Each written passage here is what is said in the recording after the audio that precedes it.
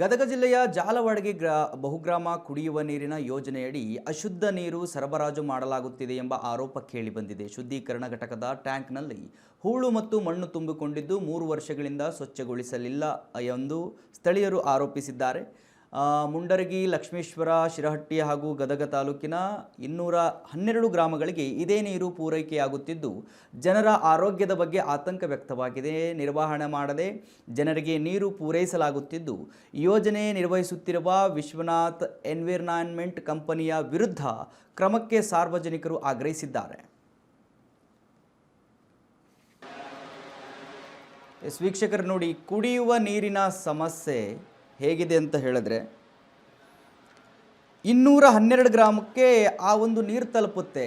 ಆ ಒಂದು ಟ್ಯಾಂಕ್ ಇದೆಯಲ್ಲ, ಅದನ್ನು ಸ್ವಚ್ಛ ಮಾಡಿಲ್ಲ ಇವರು.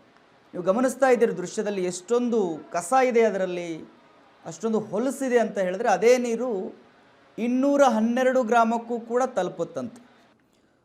ಸೊ ಆ ಕಾರಣಕ್ಕೆ ಆ ನೀರನ್ನು ಕುಡಿದ್ರೆ ಜನಗಳ ಪರಿಸ್ಥಿತಿ ಏನು ಅನ್ನುವಂಥದ್ದು ದೊಡ್ಡ ಪ್ರಶ್ನೆ ಕಾಡ್ತಾ ಇದೆ. ನೀವು ಗಮನಿಸ್ತಾ ಇದ್ದೀರಿ, ಕುಡಿಯೋದಕ್ಕೆ ಯೋಗ್ಯವೇ ಅಲ್ಲ ನೀರದು. ಅದರ ಕಲರ್ ಒಂದು ಸರಿ ಗಮನಿಸಿ. ಅಲ್ಲಿನ ಸ್ಥಳೀಯರು ಅದರೊಳಗಿನ ಈ ಕಸವನ್ನು ತೆಗೆದು ತೋರಿಸ್ತಾ ಇದ್ದಾರೆ ನಿಮಗೆ ಯಾವ ರೀತಿ ಇದೆ ಅಂತೇಳಿ. 3 ವರ್ಷ ಆಯ್ತಂತೆ ಅದನ್ನು ಕ್ಲೀನ್ ಮಾಡಿ. ಅದು ಕುಡಿಯೋಕ್ಕಾಗುತ್ತಾ ನೀರು? ಅದು ಕುಡಿಯುವ ನೀರು ನೀವು ಗಮನಿಸ್ತಾ ಇದ್ದೀರಿ ಯಾವ ರೀತಿ ಪಾಚಿ ಕಟ್ಕೊಂಡಿದೆ ಅಂತ ಹೇಳಿದ್ರೆ ನೋಡಿದ್ರೇ ಅಸಹ್ಯ ಅನಿಸ್ತಾ ಇದೆ. ಅದು ಕುಡಿದ್ರೆ ಗತಿ ಏನ್ರಿ?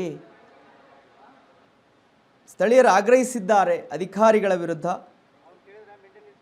ಏನು ವಿಶ್ವರಾಜ್ ಎನ್ವಿರಾನ್ಮೆಂಟ್ ಕಂಪನಿಯ ವಿರುದ್ಧ ಕ್ರಮವನ್ನು ಕೂಡ ವಹಿಸಬೇಕು ಅಂಥೇಳಿ ಅಲ್ಲಿನ ಸ್ಥಳೀಯರು ಆಗ್ರಹಿಸಿರ್ತಕ್ಕಂಥದ್ದು.